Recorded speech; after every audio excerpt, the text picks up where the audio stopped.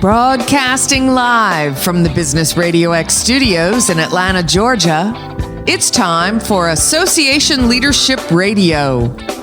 Now, here's your host.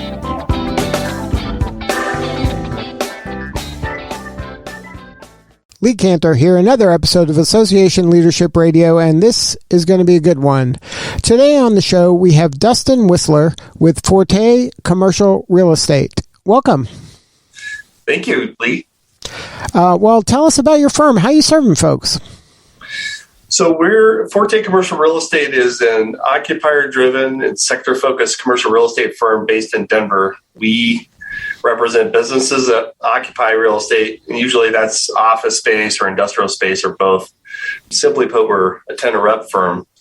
But we focus deeply in certain sectors in which we have a unique story or more to offer, a passion, I guess. And those sectors are manufacturing, outdoor and apparel, advanced industries like bioscience or clean tech, community real estate, which we think of as nonprofit sector, creative sector, social enterprise. And then we recently launched the architecture and engineering and construction practice. And then we do a lot of work with private equity as well.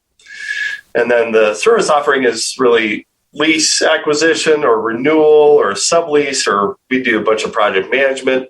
And in our community real estate practice, we do capital campaigns and nonprofit center services. So what's your backstory? How'd you get involved in this line of work? I originally, I started working this in 96. I guess late 95. 95, I was working in cell site acquisitions, and those are small micro transactions. And I was getting permits to install these antennas when we first starting out having a cell site coverage like we do today. And by the end of the year, I realized I just really liked the transaction side a lot better, and decided to move into commercial real estate. Now, and in 2008, we launched the firm with the idea that we would just start a firm focus on the user. And did you have a niche then, or was that something that just evolved over time? Yeah, our niche, what makes us unique is our original niche was manufacturing, life sciences, and outdoor and apparel. And so the theme there is those are all companies that have typically hard to do transactions.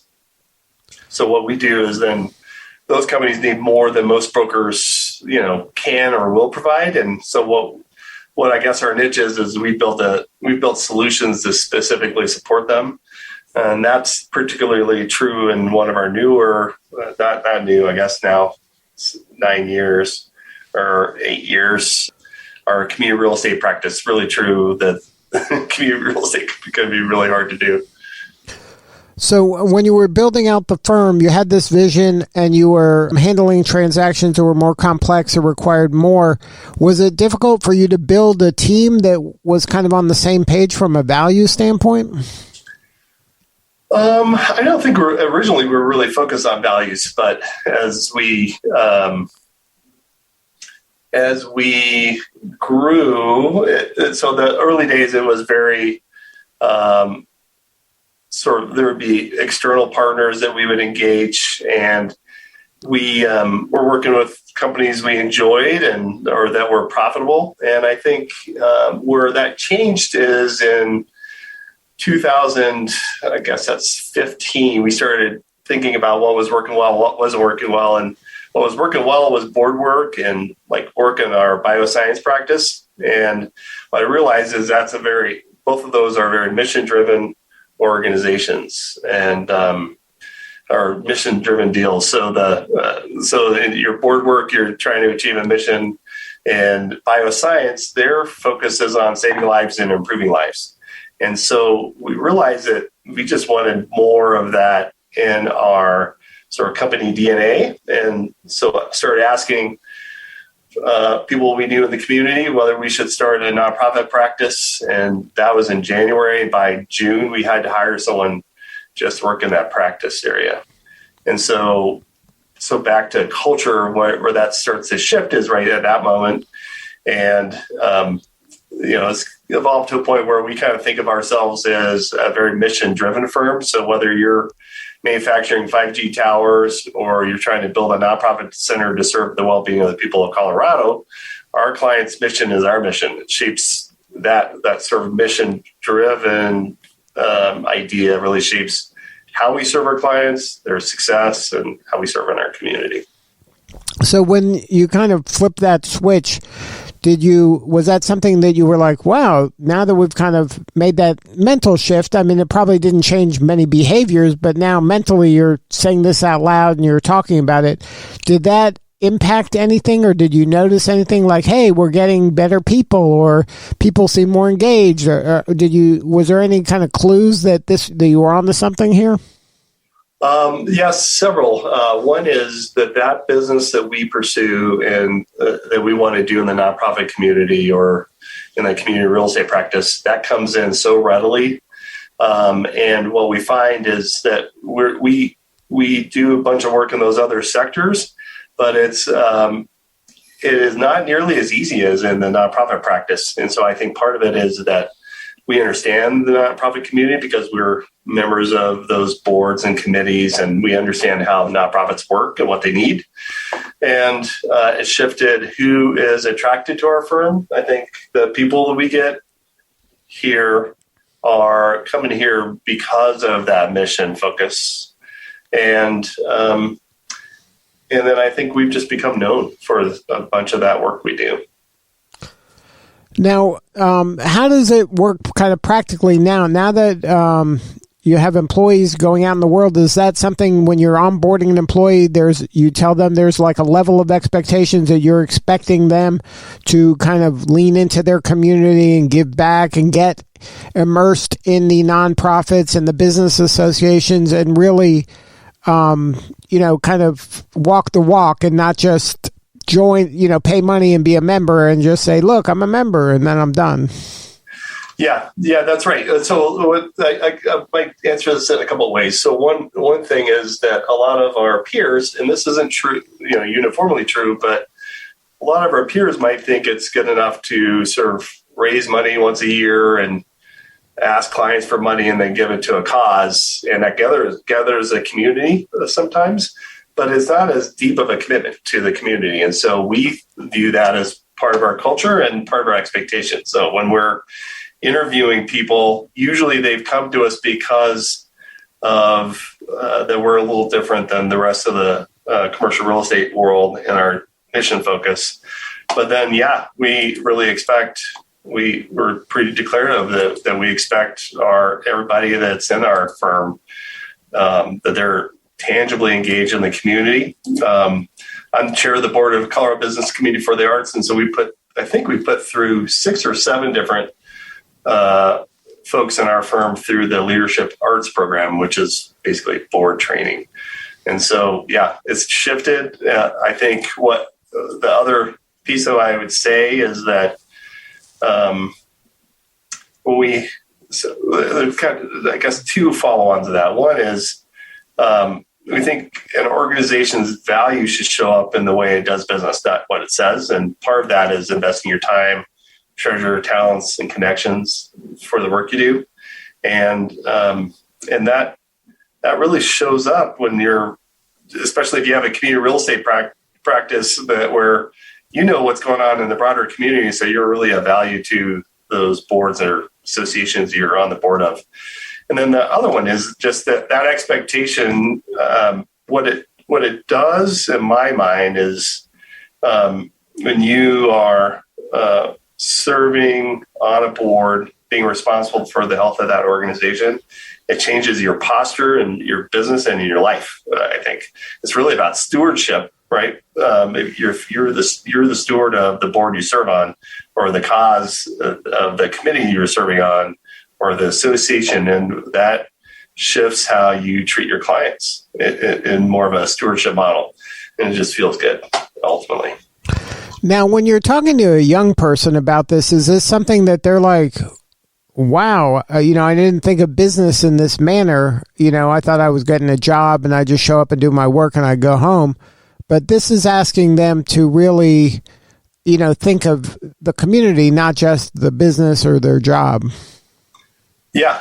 I think the younger folks like it. I mean, I think they prefer to work for a company that has a broader purpose than just making money. And there's nothing we don't. We like making money, and we think that's valuable. But we also believe in sort of this virtuous cycle about giving back to the communities you're working in. Now, is there a story you can share about maybe one of your employees that kind of got involved in one of these groups and helped take them to a new level, or because of the connections or the resources that they had? No, I don't know that I have a specific story. I mean, I guess I could talk about a project we worked on where I feel like our involvement was in our practice was community building. Yeah, that'd be great. Yeah, just something where you can kind of draw a line to this effort into the kind of helping the greater good here. Yep.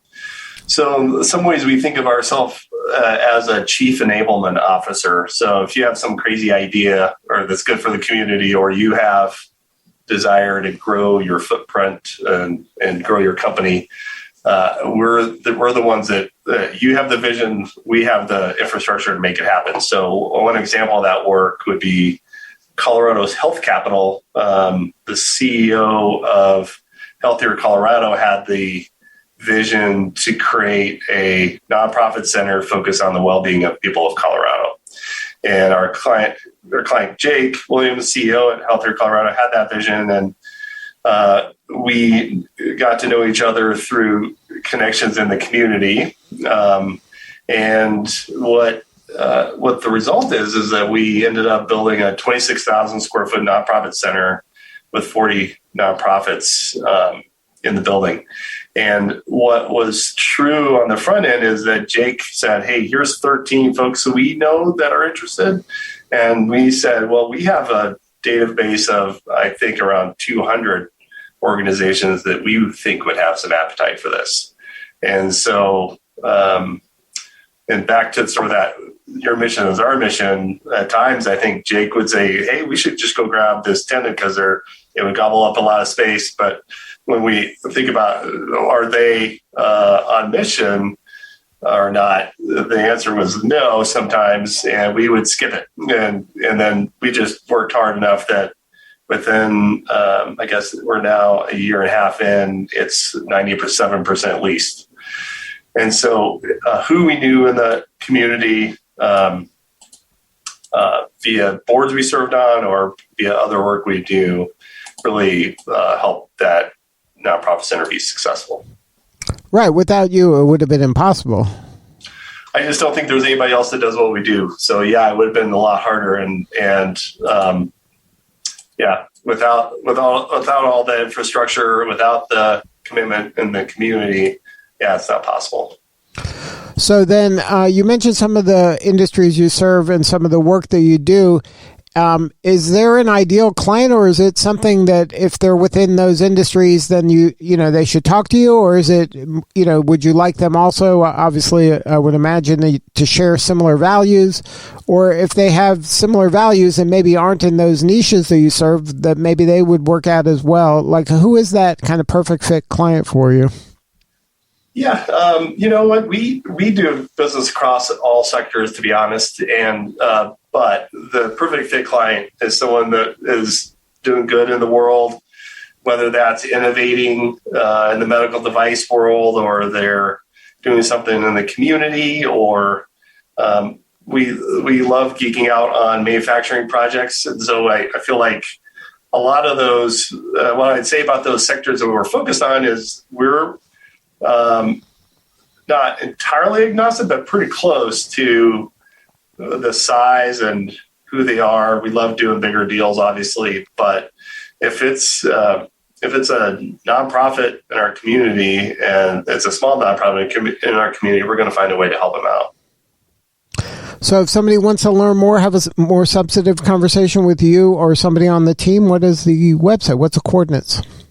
Our website is fortecre.com. And that's ForteCre.com? That's right. And then they can go there. They can learn more mission, purpose, and some of the work that you've done in the past and how to get a hold of you? Yep. And they can find us on social media, LinkedIn, Twitter, Facebook. We're pretty easy to find. Now, is your work primarily in the Metro Denver and Colorado area? We work probably the deepest along the Front Range in Colorado, but we work nationally as well. We're part of a larger national network, and year to year, our business is probably 25 to 35% outside the state, and the rest within Colorado. Well, congratulations on all the success. You're doing important work, and we appreciate you. Thank you. Thanks for what you're doing. Hopefully you're motivating a lot more people to get involved. Yeah, that is what we're trying to do every day, is to teach people, how to get the most out of, this type of association work and leadership, and getting involved in all aspects of it, not just running them, but also they couldn't survive without people like you who are really encouraging their people to get involved and to lean into the work in their community. Yep. Well, thanks for what you do. Thanks for having me on. All right. This is Lee Cantor. We'll see you all next time on Association Leadership Radio.